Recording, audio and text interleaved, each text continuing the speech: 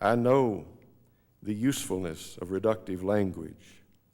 To know that I am a white male American human, that a red bird with black wings is a scarlet tanager, that a tree with white bark is a sycamore, that this is a riparian plant community, all that is helpful to a necessary kind of thought. But when I try to make my language more particular, I see that the life of this place is always emerging beyond expectation or prediction or typicality, that it is unique, given to the world minute by minute, only once. One afternoon, the last week in August, showing Kai how to throw a hatchet. One half turn and it sticks in a stump. And he recalls the hatchet head without a handle that's in the shop, and go gets it and wants it for his own. There's a broken off axe handle behind the door, long enough for a hatchet. We cut it to length and take it, with the hatchet head and the working hatchet, to the wood block. There, I begin to shape the old handle with the hatchet, and the phrase, first learned from Ezra Pound, rings in my ears. When making an axe handle, the pattern is not far off. And I say this to Kai. Look, we can shape the handle by checking the handle of the axe we cut with. And he sees. And I hear it again. It's also in Lu Ji's One Fu, the 4th century AD essay on literature. It's in the preface. In making the handle of an axe by cutting wood with an axe, the model is indeed near at hand. My teacher at Berkeley, Shi Chen, translated that and taught it years ago. And I see, Pound was an axe. Chen was an axe. I am an axe. And my son, a handle, soon to be shaping again. Model and tool. Craft of culture. How we go on.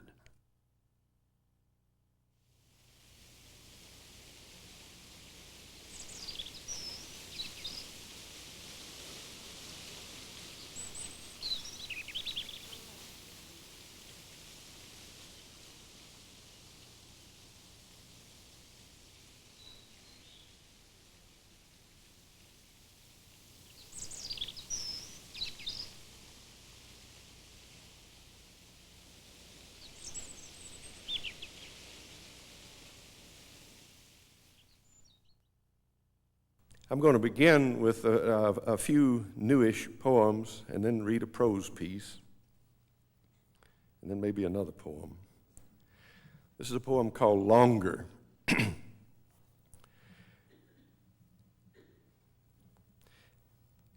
Experts are bragging now of our longevity. Stand up and take a bow, experts, for we are pleased as usual. You have, by miracles of science, prolonged our life to see catastrophes of science we'd otherwise have missed. How sad to be unkissed by one's posterity 10 generations hence. Each war we'll live to see will be the best so far. We'll live life without end and bury every friend less lucky than ourselves. And meanwhile, for our good, we'll take expensive pills and eat unseasoned food, uncomforted by fat, with no dessert, no cream. We'll live past memory, our own or anybody's. Go down in history without our teeth or hair, commemorating time by notches in our chair. At last, life will extend into the nursing home.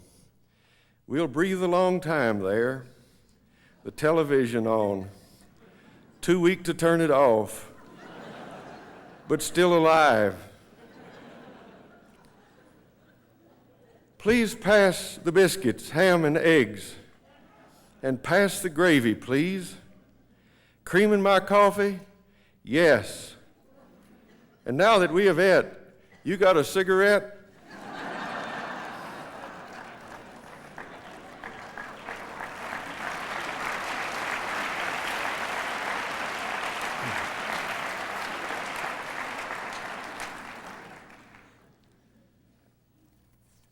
Song of himself. With his new girlfriend, Erica, he's driving through America at the most place-effacing pace, impatient of substance, time, and space. He sings of Erica's body, young, the only substance of his song, his shoddy song of Erica, his measure of America, his newfound land, newfound by him, a placeless space, a dayless time. The future. For God's sake, be done with this jabber of a better world. What blasphemy! No projectifying bitch or son thereof ever in embodied light will see a better world than this, though they foretell inevitably a worse. Do something. Go cut the weeds beside the oblivious road. Pick up the cans and bottles, old tires, and dead predictions. No future can be stuffed into this presence except by being dead. The day is clear and bright, and overhead the sun not yet half finished with his daily praise. And this is a new Sabbath poem, which, like most of them, doesn't have a title. There is a place you can go where you are quiet, a place of water and the light on the water.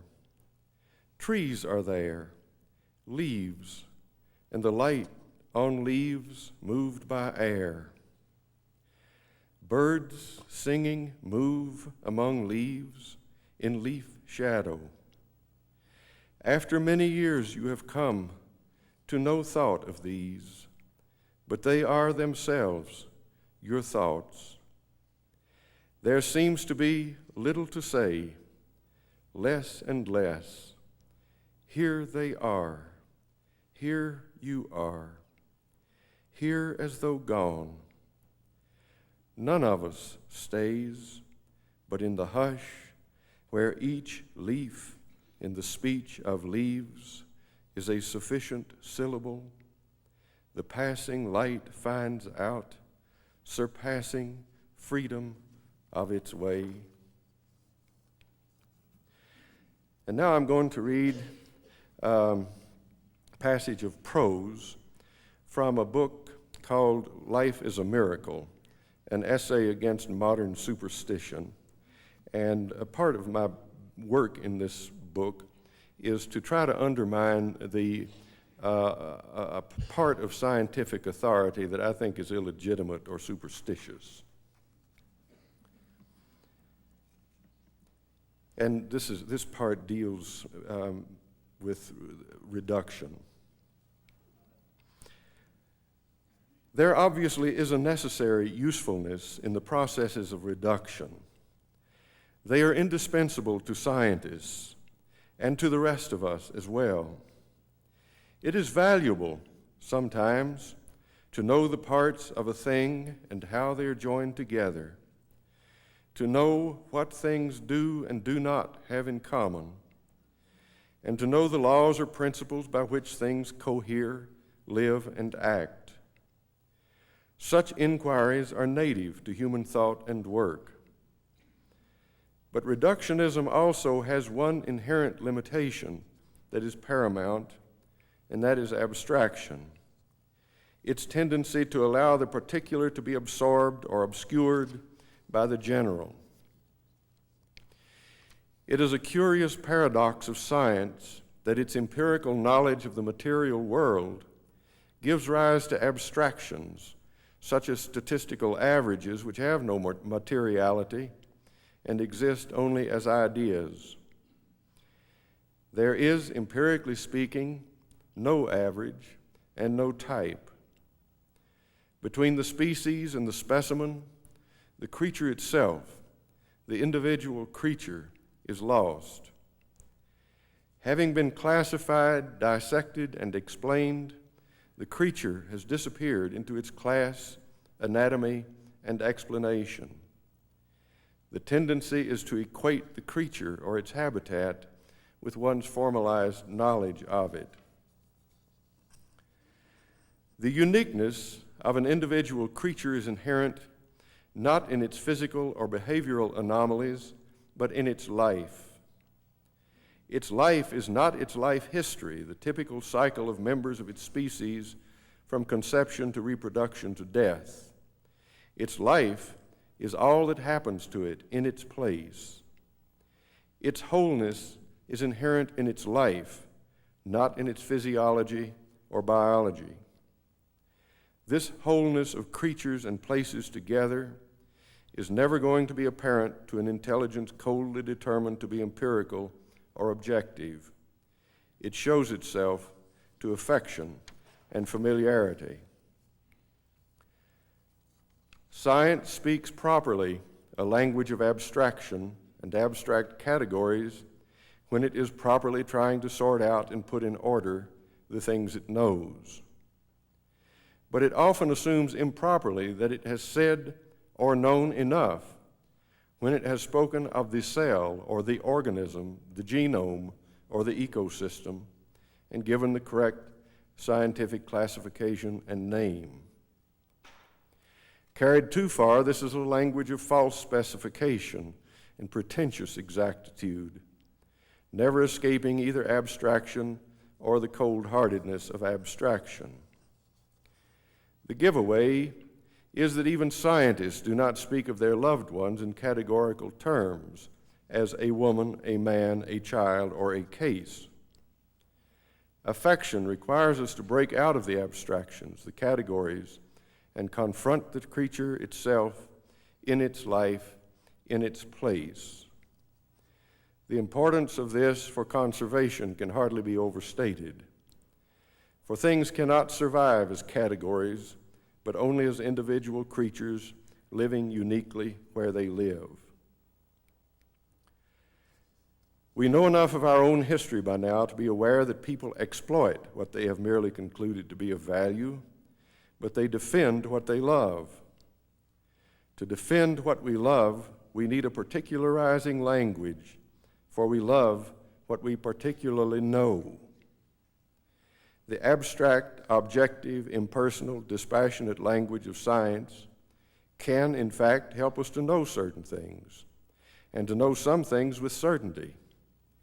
It can help us, for instance, to know the value of species and of species diversity, but it can't help us much to save even those things to which it can assign a value.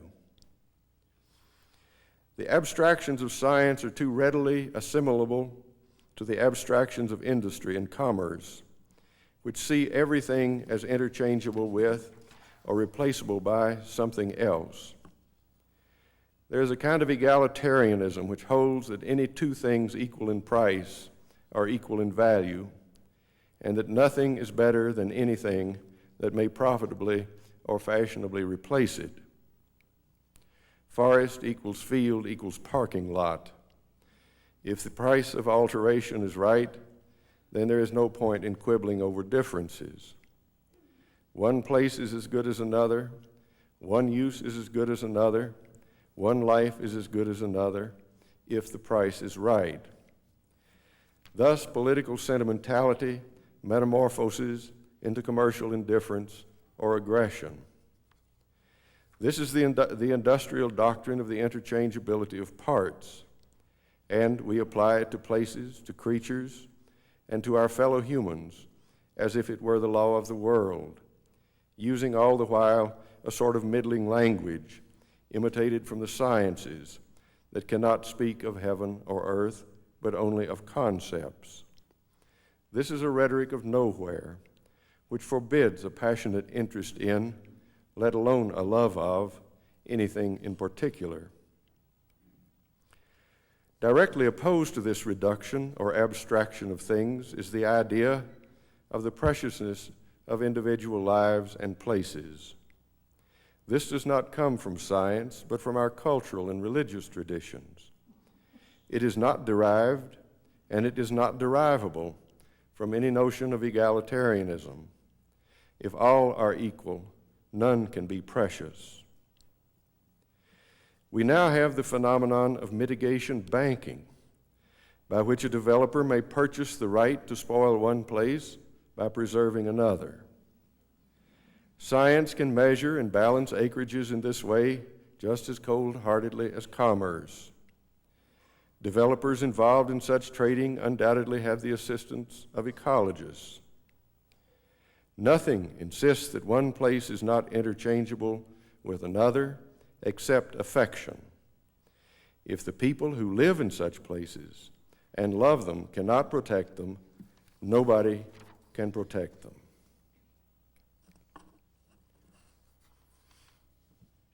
I have to remind you now that I'm reading an essay, not a lecture. I've been working this morning in front of a window where I've been at work on many mornings for 37 years. Though I have been busy, today, as always, I've been aware of what has been happening beyond the window. The ground is whitened by patches of melting snow. The river, swollen with the runoff, is swift and muddy. I saw 4 wood ducks riding the current, apparently for fun. A great blue heron was fishing, standing in water up to his belly feathers. Through binoculars, I saw him stoop forward, catch, and swallow a fish. At the feeder on the windowsill, goldfinches, titmice, chickadees, nuthatches, and cardinals have been busy at a heap of free, to them, sunflower seeds. A flock of crows has found something newsworthy in the cornfield across the river. The woodpeckers are at work, and so are the squirrels. Sometimes from this outlook, I have seen wonders: deer swimming across the river, wild turkeys feeding, a pair of newly fledged owls, otters at play, a coyote taking a stroll, a hummingbird feeding her young, a peregrine falcon eating a snake. When the trees are not in leaf, I can see the wooded slopes on both sides of the valley. I have known this place all my life. I long to protect it and the creatures who belong to it. During the 37 years I've been at work here, I've been thinking a good part of the time about how to protect it and such places. This is a small, fragile place, a slender strip of woodland between the river and the road. I know that in 2 hours a bulldozer could make it unrecognizable to me and perfectly recognizable to every developer. The one thing that I know above all is that even to hope to protect it, I have got to break out of all the categories and confront it as it is. I must be present in its presence. I know at least some of the categories and value them and have found them useful. But here I'm in my life, and I know that I'm not here as a representative white male American human, nor are the birds and animals and plants here as representatives of their sex or species. We all have our ways, forms, and habits. We all are what we are partly because we're here and not in another place. Some of us are mobile. Some of us, such as the trees, have to be content merely to be flexible. All of us who are mobile are required by happenstance and circumstance and accident to make choices that are not instinctive and that force us out of categories into our lives here and now. Even the trees are under this particularizing influence of place and time. each one responding to happenstance and circumstance and to accident, has assumed a shape not quite like that of any other tree of its kind. The trees stand rooted in their mysteriously determined places, no place quite like any other, in strange finality. The birds and animals have their nests and holes and burrows and crotches, each one's place a little unlike any other in the world. And so is the nest my mate and I have made. In all of the 37 years I have worked here, I've been trying to learn a language particular enough to speak of this place as it is, and of my being here as I am. My success, as I well know, has been poor enough, and yet I am glad of the effort, for it has helped me to make and to remember always the distinction between reduction and the thing reduced. I know the usefulness of reductive language, to know that I am a white male American human, that a red bird with black wings is a scarlet tanager, that a tree with white bark is a sycamore, that this is a riparian plant community. All that is helpful to a necessary kind of thought.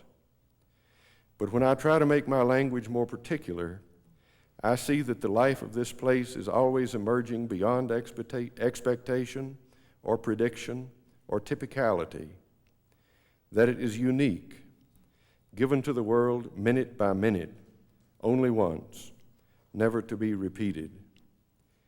And then is when I see that this life is a miracle, absolutely worth having, absolutely worth saving. We are alive within mystery, by miracle. Life, wrote Erwin Chargaff, is the continual intervention of the inexplicable. We have more than we can know. We know more than we can say. The constructions of language, which is to say the constructions of thought, are formed with inexperience, not the other way around. Finally, we live beyond words, as also we live beyond computation and beyond theory. In speaking of the reductionism of modern science, we should not forget that the primary reduction is in the assumption that human experience or human meaning can be adequately represented in any human language. This assumption is false. To show what I mean, I will give the example that is most immediate to my mind. My grandson, who is 4 years old, is now following his father and me over some of the same countryside that I followed my father and grandfather over. When his time comes, my grandson will choose as he must, but so far, we all have been farmers. I know from my grandfather that when he was a child, he too followed his father in this way, hearing and seeing, not knowing yet that the most essential part of his education had begun.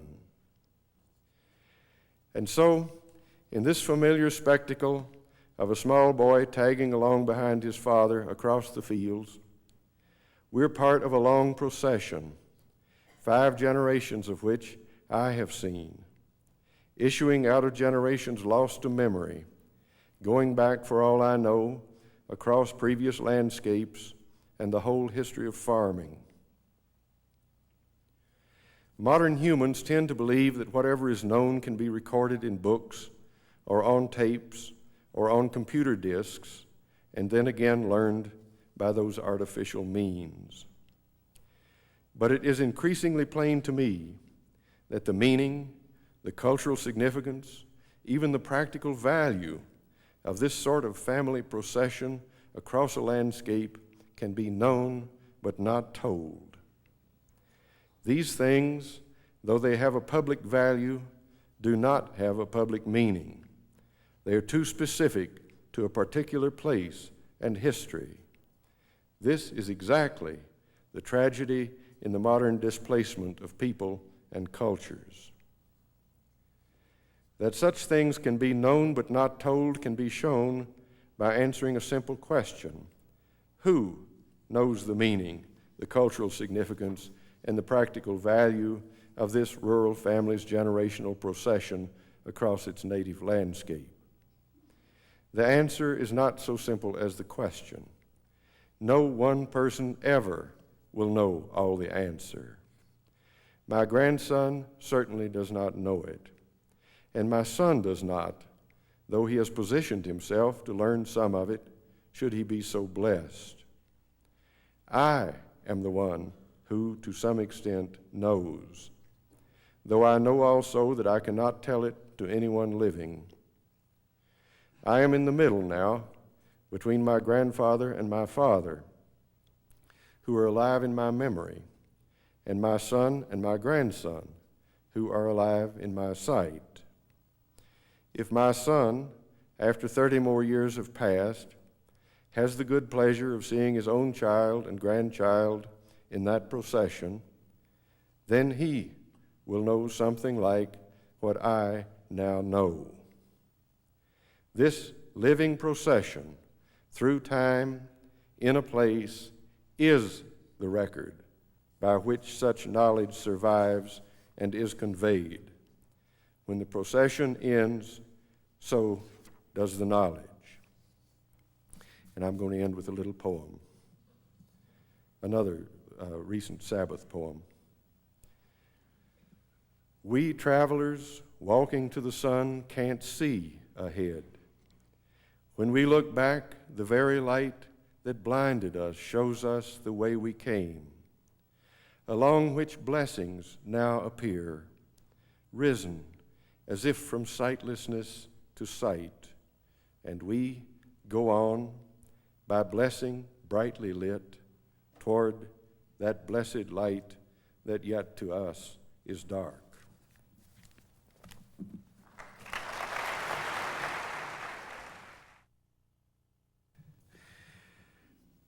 I'm going to read a little essay first called Entering the 50th Millennium. It's a recent essay. And it touches on two territories that I think are of interest to all of us. One of them is the millennium. You all know about that. And another aspect of this essay is, which is very much in the presence of people here on the Colorado Plateau, is prehistory, archaeology, deep history, stories from the past that we're all still trying to understand. This is about more of those stories. It's called Entering the 50th Millennium. Let us say that we are about to enter not the 21st century, the third millennium, but the 50th millennium.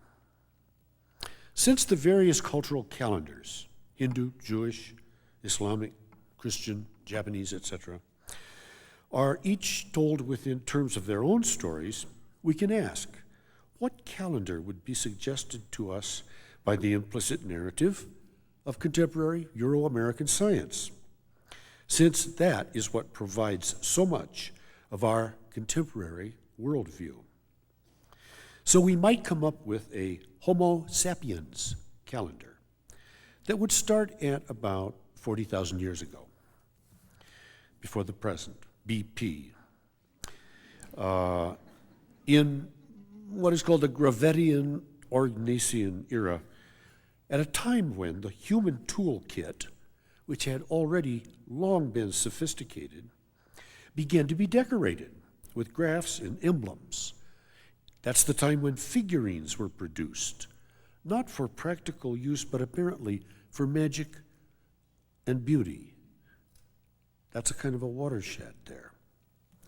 Rethinking our calendar in this way is made possible by the research and discoveries of the last century in physical anthropology, paleontology, archaeology, and cultural anthropology. Last century and this century. The scholars of hominid history are uncovering a constantly larger past in which the earlier members of our species continually appear to be smarter, more accomplished, more adept, and more complex than we had previously believed. So we humans are constantly revising the story we tell ourselves about ourselves. The main challenge in this is to keep this unfolding story modestly reliable. One of my neo-pagan friends, an ethnobotanist and paleohistorian, complains about how the Christians have callously appropriated his sacred solstice ceremonies. He says, "Our fir tree of lights and gifts has been swept into an orgy of consumerism, no longer remembered as a sign of the return of the sun." And he says, "People have totally forgotten that the gifts brought from the north by Santa Claus are spiritual, not material. And his red clothes, white trim, round body, and northern habitat show that he represents the psychoactive mushroom Amanita muscaria."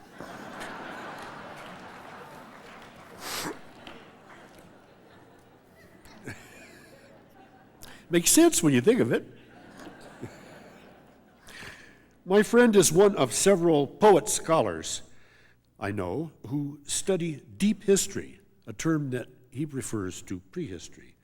And in this case, what I'm going to talk about tonight, that of Europe, for clues and guides to understanding the creature that we are and how we got here, the better to steer our way into the future. And such studies are especially useful for artists.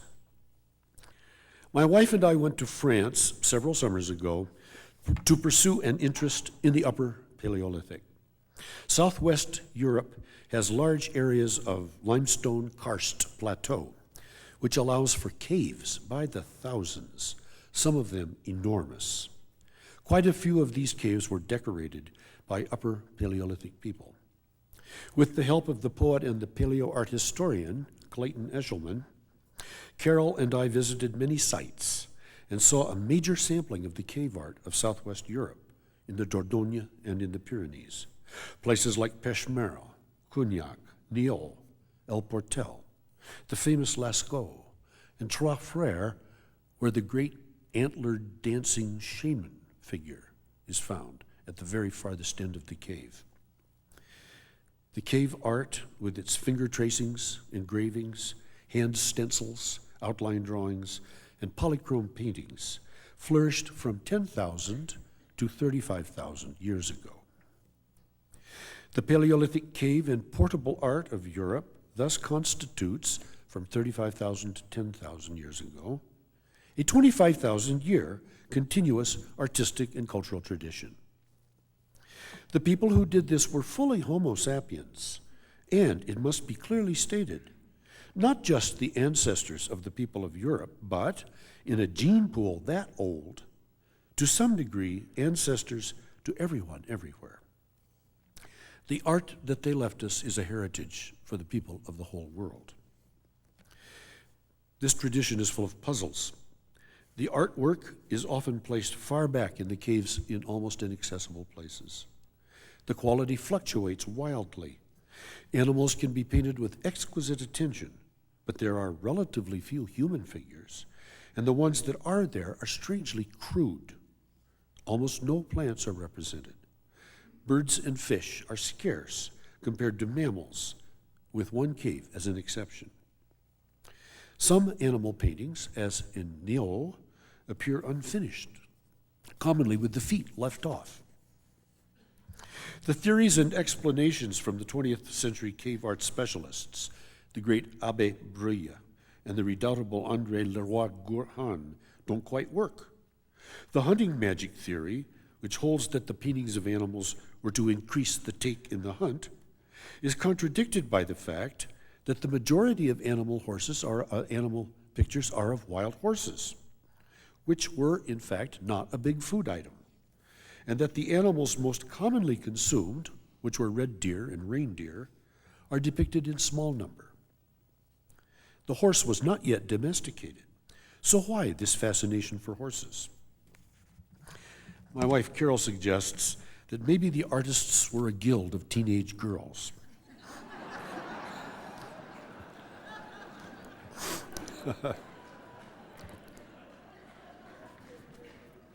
The bison is a close second, however, and was a food source, the European bison. The other most commonly represented animals, the huge Pleistocene bison and the auroch, a huge bos, that's cattle, which was living in the forests of northwestern Europe up until the 16th century, were apparently too large and too dangerous to be major hunting prey. Ibex, chamois, and the panther occasionally show up, but they were not food items. There are also many pictures of animals long extinct now: woolly rhinoceros, mammoth, cave bear, giant elk. In the art of early civilized times, there was a fascination with large predators, in particular the charismatic Anatolian lions and the brown bears, from which the word Arctic derives. Big predators were abundant in the Paleolithic, but sketches or paintings of them are scarce in all caves but one.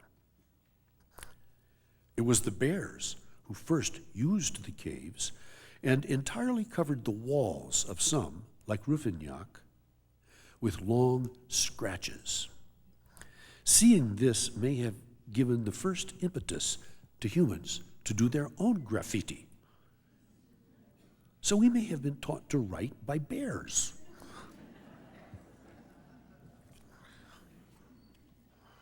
The word grammar, if you trace it back far enough, goes to a word that means scratches. Then there's another theory that that these works were part of a shamanistic and ceremonial cultural practice, which, though likely enough, can only be speculation. There have also been attempts to read narratives out of certain graphic combinations to see if they were telling stories, but that too seems to lead nowhere. After several decades of research and comparison, it came to seem to the archaeologists and the art historians that cave art began with hand stencils and crude engravings starting around 32,000 years before the present.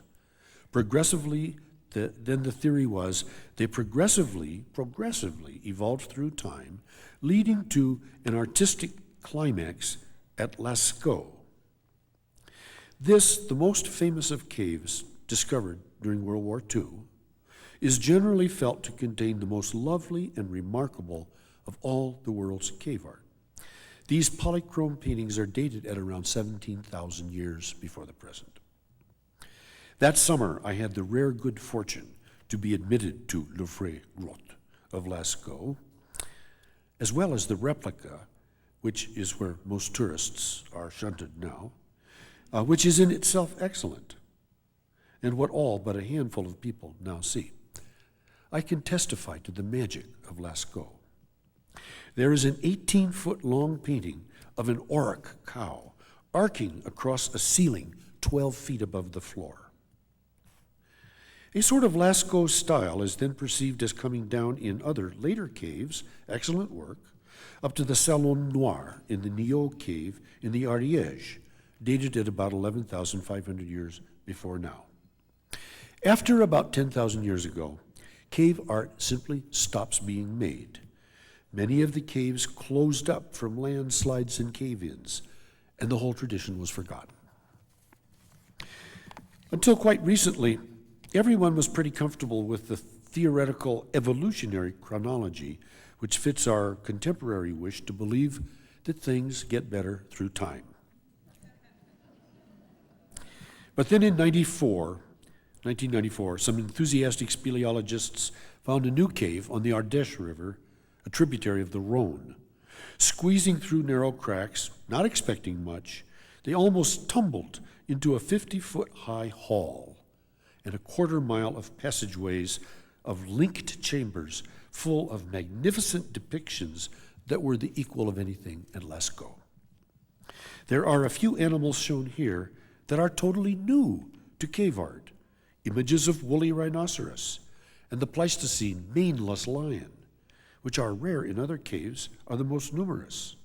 This site is known now after one of its lead discoverers as the Chauvet Cave. The French scientists did their initial carbon dating, were puzzled, looked again, and had to conclude that these marvelous paintings were around 32,000 years old, 15,000 years older than those at Lascaux. Almost as distant in time from the Lascaux paintings as Lascaux is from us. The idea of a progressive history to cave art is seriously in question.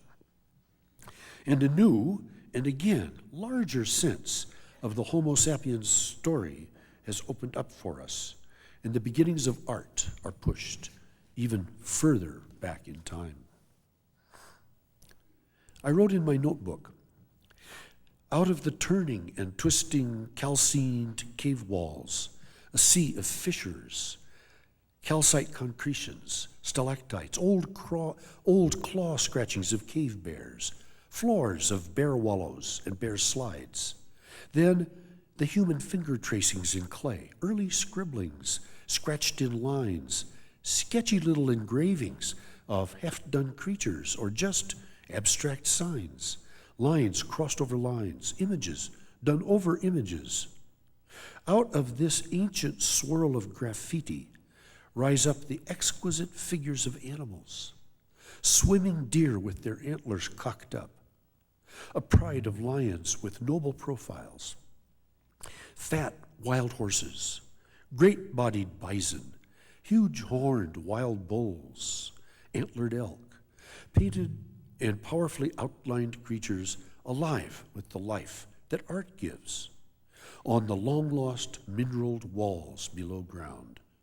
Crisp, economical, swift, sometimes hasty, fitting into the space, fitting right over other paintings, spread across, outlined in calligraphic, confident, curving lines. Not photorealistic, but true. To have done this, I think, took a mind that could clearly observe and hold within it a wealth of sounds, smells, and images, and then carry them underground and recreate them. The effort itself took organization and planning to bring off.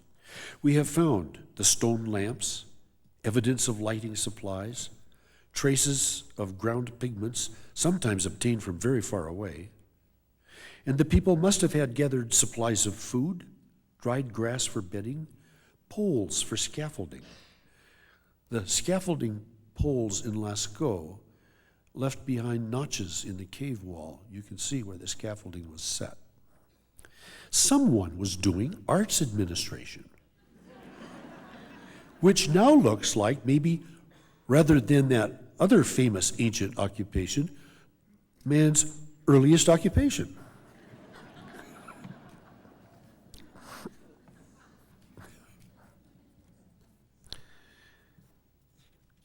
And there may be no progress, as there seems to have not been any definable progress in cave art for the literary arts as well. And there may be no progress in religion, in practice, or in the Dharma either. There was the ancient Buddha. There were archaic bodhisattvas. All that we have to study of them is shards and paintings. What was the future? One answer might be, the future was to have been further progress and improvement over present conditions. This is more in question now.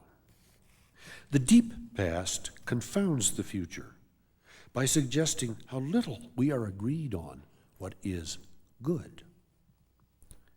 And if our ancient rock artists skipped out on painting human beings, it just may be that they knew more than enough about themselves and could turn their attention wholeheartedly to the non-human other. The range of their art embraces both abstract and unreadable signs and graphs, and a richly portrayed world of what today we would call faunal biodiversity. They gave us a picture of their animal environment with as much pride and art as if they were giving us their very selves.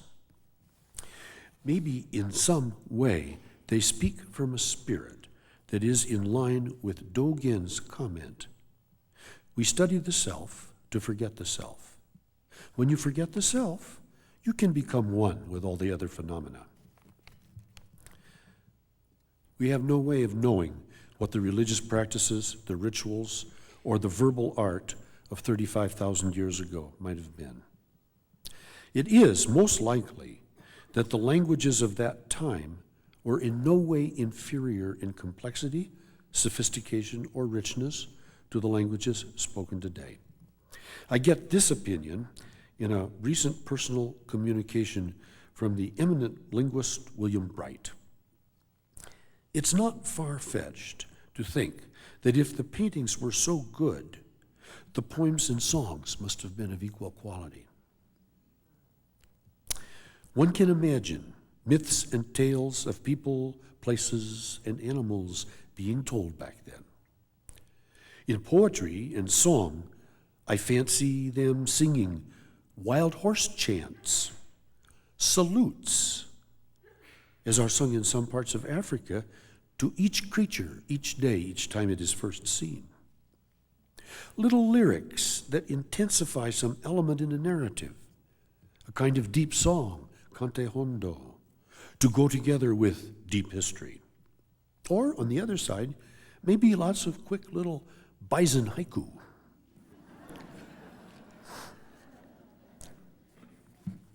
It was all in the realm of orality, which, as we well know, can support a rich and intense literary culture, and one which is often interacting with dance, song, and story. Such are our prime so-called high culture arts today, opera and ballet.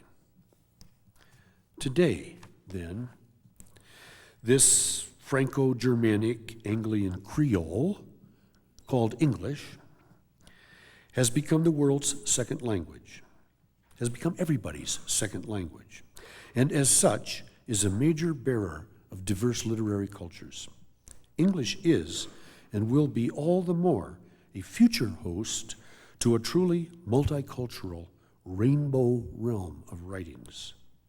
The rich history of the English language tradition is like a kiva full of lore, to be studied and treasured by writers and scholars wherever they may find themselves on the planet. It will also continue, as all languages do, to diversify and to embrace words and pronunciations that will move it farther and farther from London town. Even as I deliberately take my membership to be North American, and I feel distant from most of European culture, I count myself fortunate to have been born a native speaker of English. Such flexibility, such variety of vocabulary, such a fine sound system. But of course, everybody loves their own language. We can look forward to its future changes. And performance, poetry, storytelling, and fiction are always going to be alive and well. Orality and song will stay with poetry as long as humans are here. So within, we might wonder through what images, our voices, our lives, our practices, through what images will they carry to the people 10,000 years from now? Through the swirls, maybe, of still standing freeway off-ramps and on-ramps, mysterious temples, or through the ruins of dams. For those future people will surely be there, listening for some faint call from us when they are entering the 60th millennium. Thank you.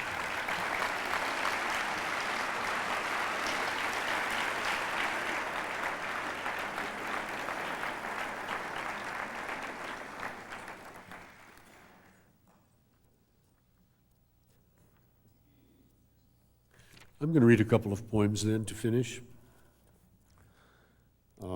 Axe Handles,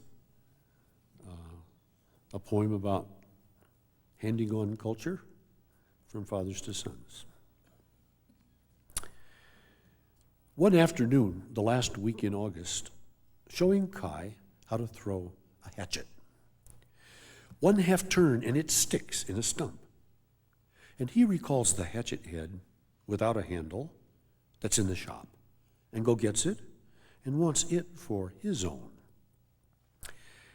There's a broken off axe handle behind the door, long enough for a hatchet. We cut it to length and take it, with the hatchet head and the working hatchet, to the wood block. There, I begin to shape the old handle with the hatchet, and the phrase, first learned from Ezra Pound, rings in my ears. When making an axe handle, the pattern is not far off. And I say this to Kai. Look, we can shape the handle by checking the handle of the axe we cut with. And he sees. And I hear it again.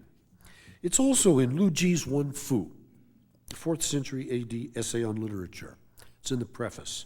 In making the handle of an axe, by cutting wood with an axe, the model is indeed near at hand. My teacher at Berkeley, Shi Chen, translated that and taught it years ago. And I see, Pound was an axe. Chen was an axe. I am an axe. And my son, a handle, soon to be shaping again. Model and tool. Craft of culture. How we go on.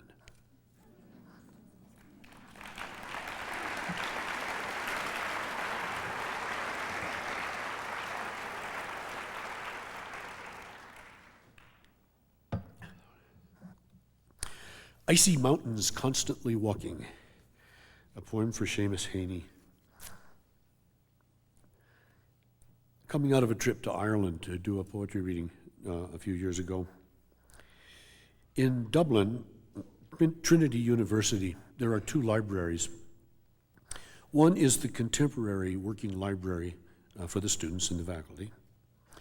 The other, in what is called the Long Hall, is a marvelously preserved 18th century library that has been left intact, with all of these rows of stacks of folio-sized, leather-bound 18th century books. It's called the Great Hall. It's darn near as long as a football field, or at least it seems that way.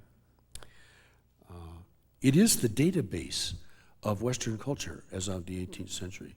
All the information that was at hand for them is in that library today.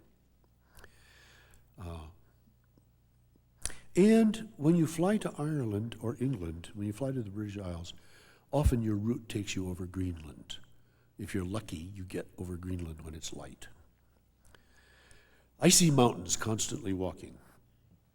Work took me to Ireland, a 12-hour flight. The River Liffey, ale in a bar. So many stories of passions and wars. A hilltop stone tomb with the wind across the door. Peat swamps go by, people of the Ice Age. Endless fields and farms, the last 2,000 years. I read my poems in Galway, just the chirp of a bug, and flew home thinking of literature and time. The serried rows of books in the long hall at Trinity, the ranks of stony ranges above the ice of Greenland. Thank you.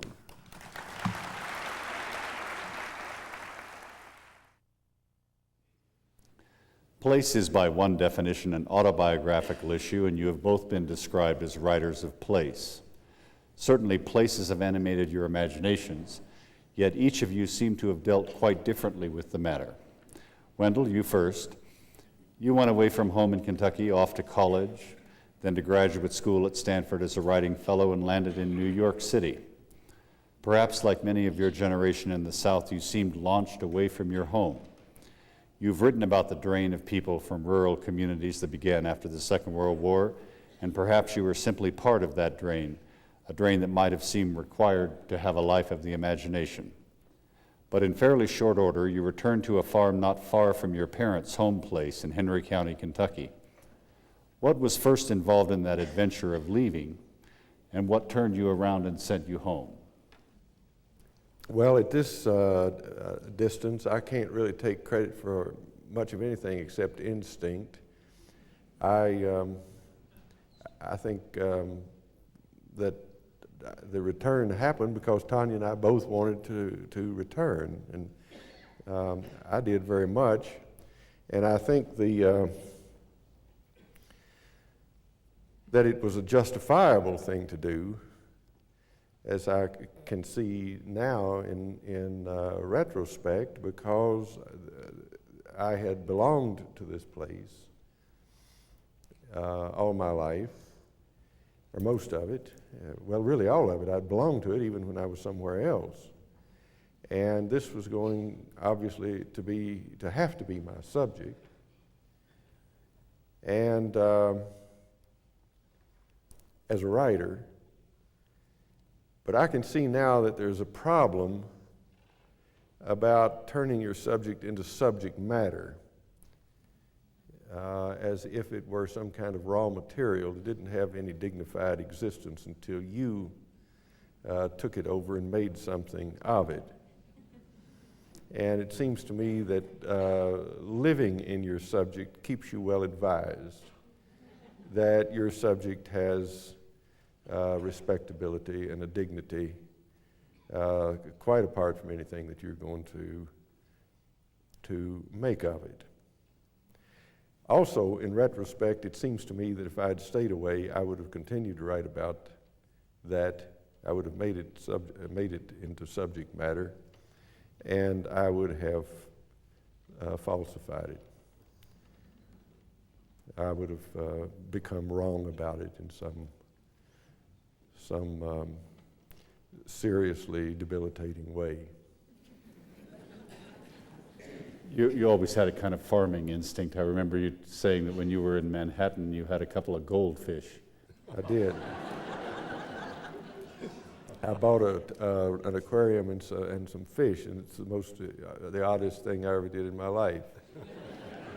But I had been taught by my father and others to love livestock and to need to be around it. So I suppose that was the operative instinct in that case. I was a very strange young man in some ways. Gary, from a rural home in Washington, in a Depression left-wing household, you traveled as a young man and went to Reed College and then to the San Francisco Bay Area, apparently all along on your way to Japan. Kyoto must have seemed as far from home as you could imagine. But then after 15 or more years on the road, you returned to Homestead in the Sierra foothills, where you've remained for 30 years. What was happening in your life with all that travel? And then what changed when you broke ground at Kitkit Dizzy? In my first 11 years or so, I was on a farm up north of Seattle. A little orchard, some milk cows, quite a flock of chickens. And I very much liked that life, although people tell me that it was a hard life and that it was the Depression then, which I never noticed. But World War II came along and unsettled our family as it unsettled so many others. I don't know quite exactly what went down, but the farm got sold, and my parents moved to Portland, Oregon, where my dad got a job, the first job he'd had in 7 or 8 years. And I found myself somewhat at loose ends in the world after having been very closely bonded to one place. I took up mountaineering and backpacking and forestry work and came to find the forests and the mountains of the West Coast as sort of my territory on a somewhat larger scale than just a few hundred acres. It gave me something to call home. And my first long journey was hitchhiking to New York when I was 18. I discovered you could go places by hitchhiking. And once I started that, I traveled a lot between 18 and 25, all over the continent, a number of times. So somehow that was also on my way to Japan, but I didn't quite know it, until I actually set foot on the ship. In all of those travels, I never lost my sense of being a person of the forests and mountains of the West Coast. That was something I could relate to because I knew what it was. I had a sense of what the climate, the smells, the critters, and the jobs were. It's economic. I used to make my living doing that kind of work. And I never thought at any time, even though I spent 12 years in East Asia, that I would ever stay there. So it was like going away to go to school. In this case, the schooling was Zen Buddhist training. Always with the sense that I would return to Turtle Island, North America, and find out whatever chores there were to be done over on this side of the Pacific. But moving around like that, 8 months on a tanker also, crossing the Pacific a number of times and going into the Persian Gulf and the Mediterranean, was like biogeographic education, and I was always on the outlook to learn more about the birds, the place, the weather, the smells, the stars. Getting to see the stars of the Southern Hemisphere was so exciting, and to get in line with the Southern Cross. But I took that also, although I wouldn't have said this articulately to myself at that time. I was enlarging my sense of place in as valid a way as you can enlarge your sense of place, and that is by a lot of firsthand experience and paying attention to it. It had always been in my mind to settle down someplace again, and which seems normal. It always has seemed to me like that's what human beings do, is they live somewhere. Even though they travel, they go on trips, but they live somewhere. So I ran onto a piece of land which I identified as livable by the community that was there. Some ponderosa pine, black oak, madrone, manzanita, sugar pine. Even though it was the first time I had ever been on that particular mountainside, I said, oh, I know these guys. I know what kind of weather they require, what kind of rain they call in, and what kind of birds and other creatures are going to be around. I can live here. And so that was then an easy choice. And it's been a marvelous practice ever since to keep on learning about being in one spot, where I am not all the time, I'm here.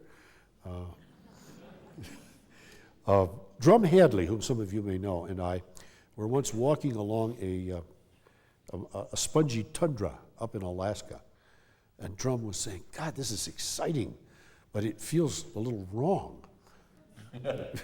He says, it's like sort of being on the verge of getting in bed with a woman you're not married to. I said, you mean your feeling about the landscape, Drum? He says, yeah. He says, it's kind of like transgressive to be enjoying a new and different landscape. I thought that was very sensitive of him. And I pondered that a lot. And I finally came to my own kind of risque solution, which is I'm monogamous in marriage and promiscuous with landscapes.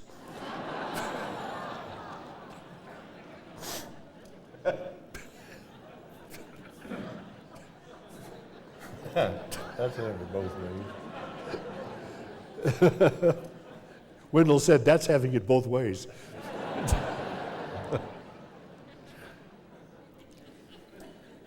Well, another personal and autobiographical matter is religion. Let me start with Gary first this time. You were raised, I believe, in a libertarian agnostic household. and the atmosphere of rebellion against certain things common in American life must have begun 2 generations before yours. I recall in the late 60s, after a reading of Brother Antoninus in Santa Barbara, you were furious, saying something to me like, "That's exactly what we've been fighting against all this time."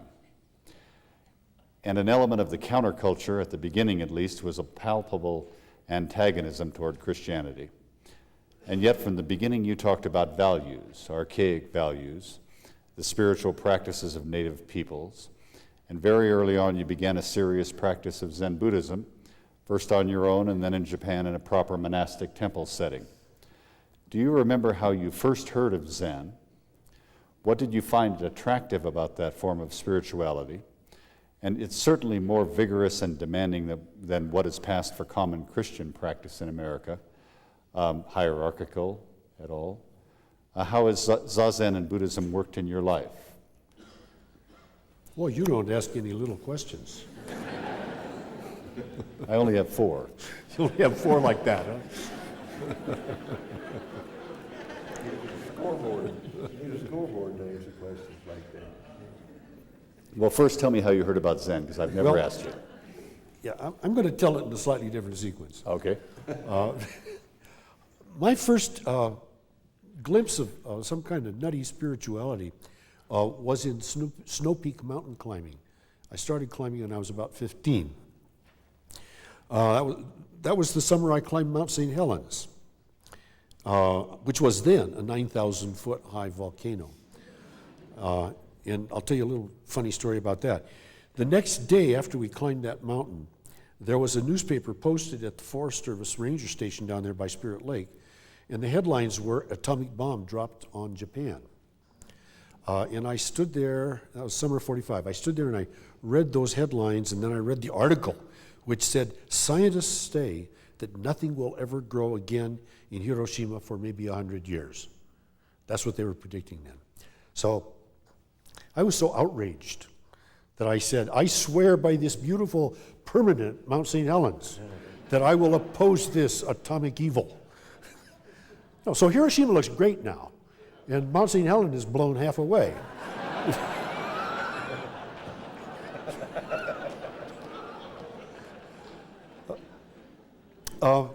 That and my inborn, I guess, karmically inborn love of nature and time spent in the woods gave me a sense of the moral importance of non-human nature, and alienated me from Sunday school. So they said my heifer wouldn't go to heaven, which outraged me again. But then I heard little whispers of Buddhism somewhere, and one of the things that impressed me about it was Buddhism and Hinduism was that their ethic included the non-human world, and took all living beings, and in some cases maybe non-living beings, into the fold of their concern. That put me on alert, so that when I ran on to my beginnings of Buddhist studies, I was attentive to it.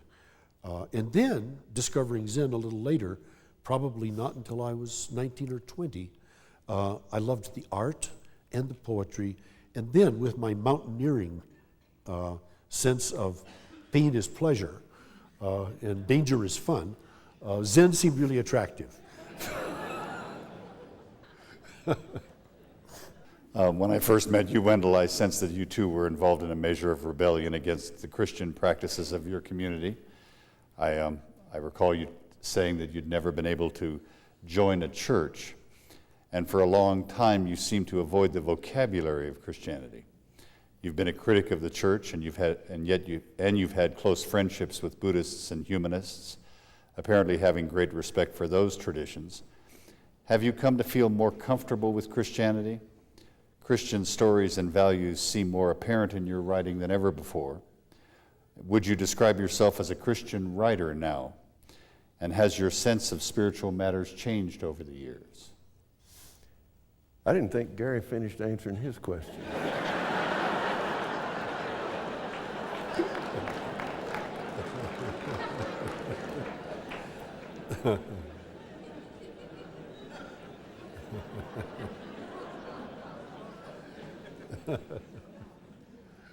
Well, I suppose that I have to begin this answer by saying that I have not ever been a person very comfortable in organizations. I never liked church very much, and I never liked school very much. And I suppose if I'd ever worked for the government, I wouldn't have liked the government very much. As it is, I just have an amateur discomfort with government.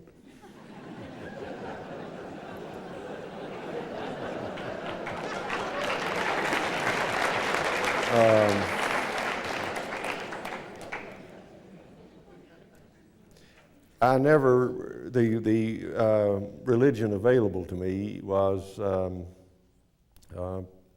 Protestant Christianity, evangelical Protestantism.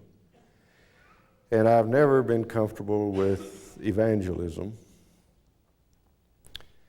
I never cared very much for I've come to realize that for a very long time I've been uncomfortable with the body-soul dualism, the heaven and earth dualism, the spirit and matter dualism.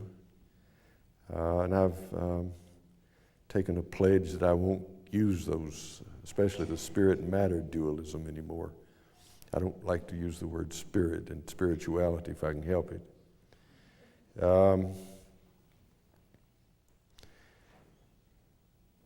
I didn't like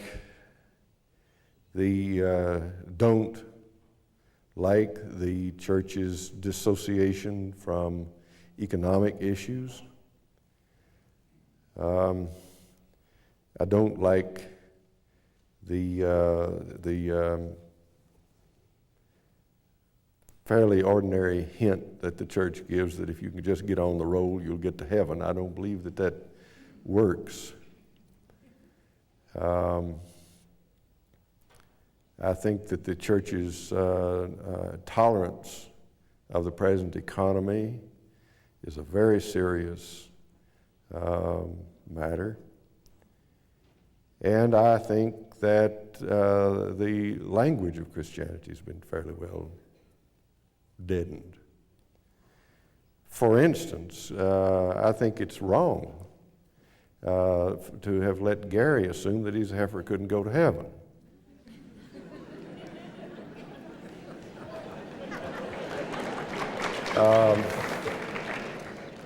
What the Bible says, in fact, is that all creatures breathe and live by the breath and the Spirit of God. St. Paul says it even. That the whole creation is the first revelation.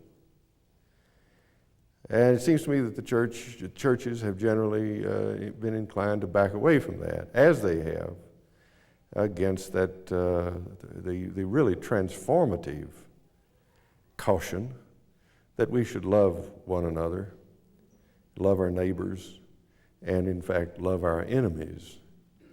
I don't think that you can come up against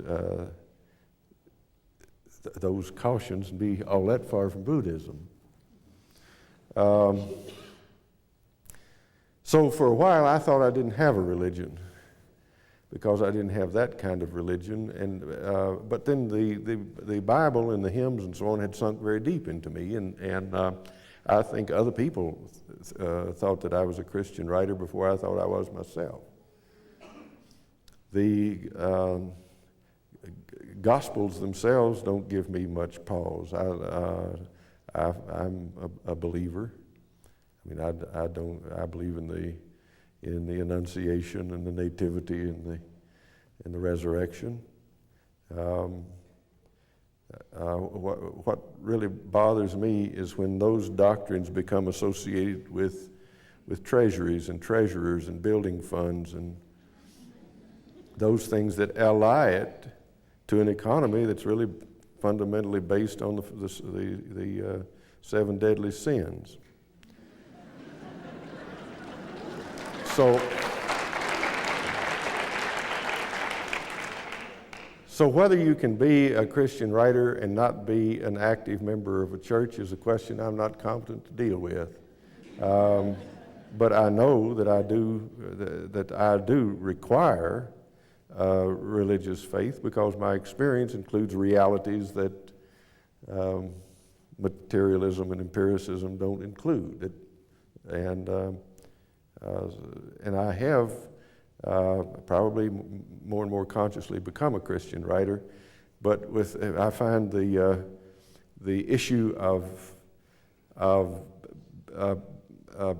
finding language that isn't dead has been a hardship for me.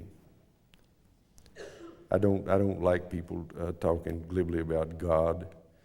It seems to me that God and sex ought to be talked about a great deal less than they are. The intimate things of life ought not to be talked glibly about. I used up more time than I intended to, Gary. I'm sorry.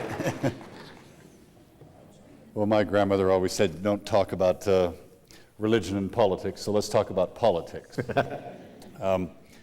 Since we're dealing here with things that aren't supposed to be talked about, you have both written extremely polemical poems and essays about the political issues of the day, and I think you both might agree that it's an obligation of writers to speak out. Compared with the repression and imprisonment of writers in other parts of the world, American writers have had a fairly easy time of it, and it might even be suggested that that easy time has been because American writers have been so politically ineffectual most of this past century. But you both have been central, whether you like it or not, to the development of the counterculture born out of the 60s, and the political and cultural effects of that movement are evident everywhere in our society today. Wendell, you first.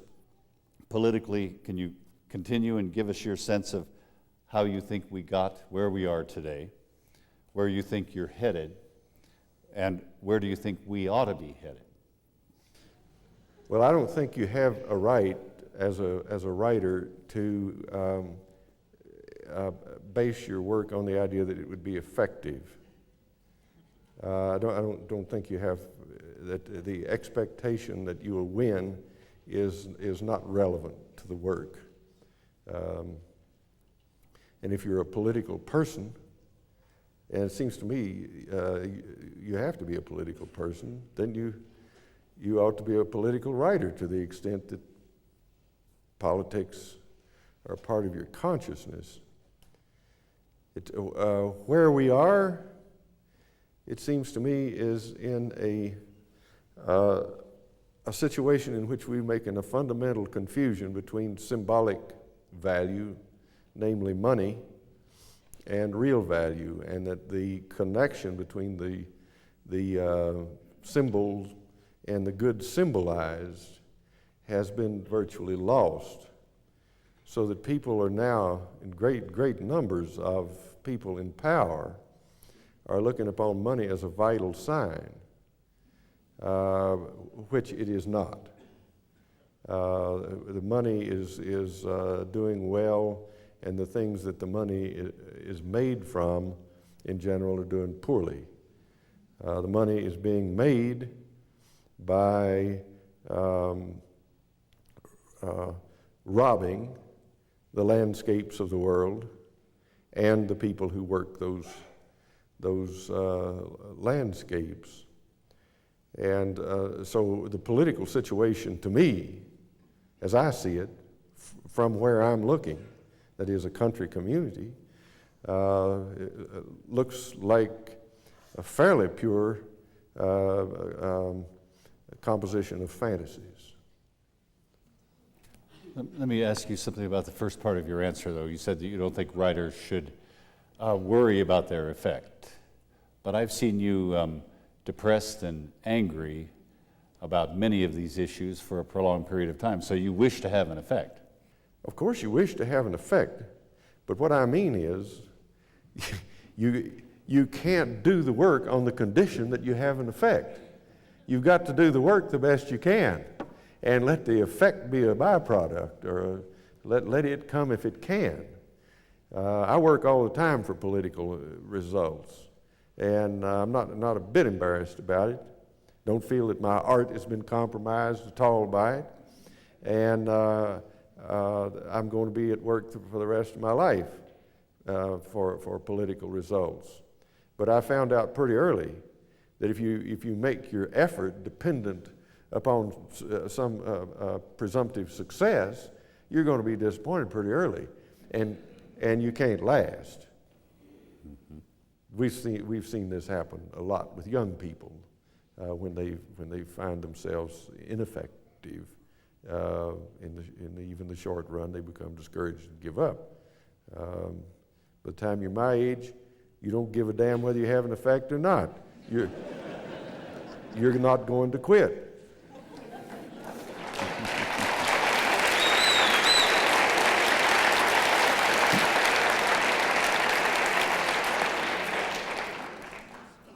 Well, I think the economic business leads to a question for you, Gary, and maybe also a sense that some of us have that the political movement has flattened out, if you will, in this country. What did it mean to be a radical when you were growing up, and what does it mean today? And how did radicalism impact some of the political events of your lifetime that you would think of as critical or important? I was brought up in what you would call the old left.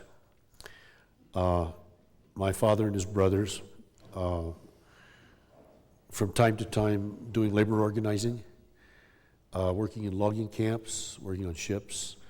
My father was a union organizer on Grand Coulee Dam project. At the same time, he was unemployed. And they had meetings at our house. So I was brought up with old left values, which was strong support of the labor movement, labor unionism, solidarity, and also no race prejudice allowed. Anti-Semitism, race prejudice was defined as not permitted in any way in the values of our family. This is in the 30s.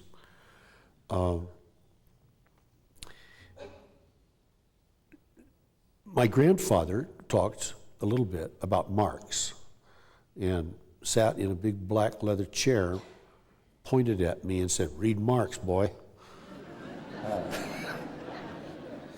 When he was younger, he had occasionally done soapboxing in Yesler Square, Seattle, for the IWW.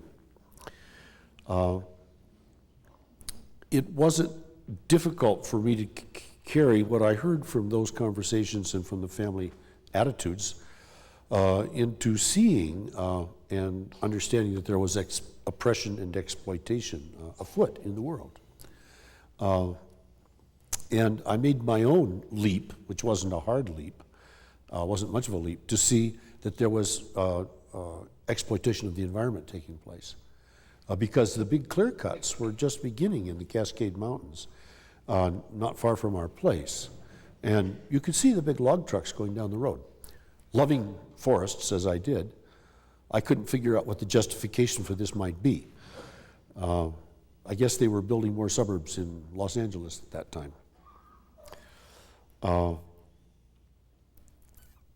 I carried those values along with me, okay, to talk about significant events.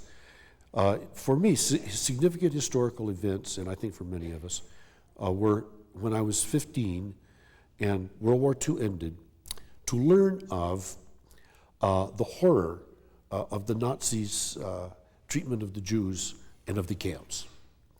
And the lesson that I took from that was a deep pessimism about Western European civilization. And some questions about human nature and governments, as one might have. The second turning point for me was to really get clear about what Stalin was doing in the Soviet Union when I was about 17 or 18. And I lived in circles in which there were a lot of defenders and true believers in Soviet Russia, and defenders of Stalin even after the Trotsky trials. The Trotsky trials was when my parents dropped out of any even token support for the Soviet Union. Their roots were more what in those days we called anarchist or anarcho-syndicalist. So I became a very early anti-Stalinist, and not a Trotskyite either, and was thus launched on many years of historical and political reading and thinking, trying to figure out what was going wrong, what had gone wrong, with what at one time was the great hope of the 20th century, namely socialism. And the tragedy, some people say, of the 20th century is the collapse of any possible vision of socialism.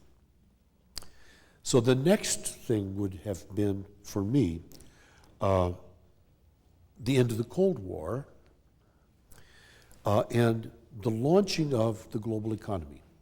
With the end of the Cold War, there was no even token moral opposition aside from fundamentalist Islam, maybe, and fundamentalist Christianity, maybe, and a few other cultures and religious forces to an unleashed and value-free capitalism.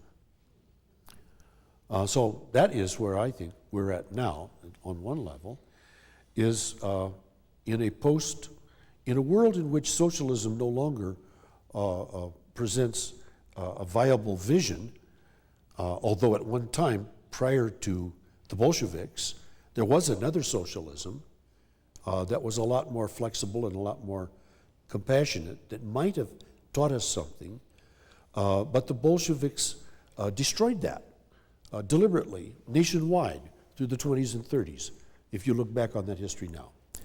So there is no viable socialism in the world at the moment.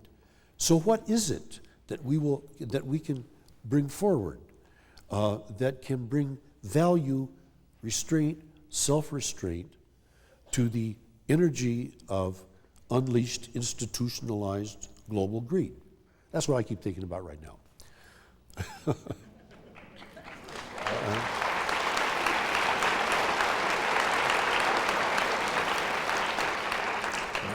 My history is very different from yours, Gary, but that's what I'm thinking about right now.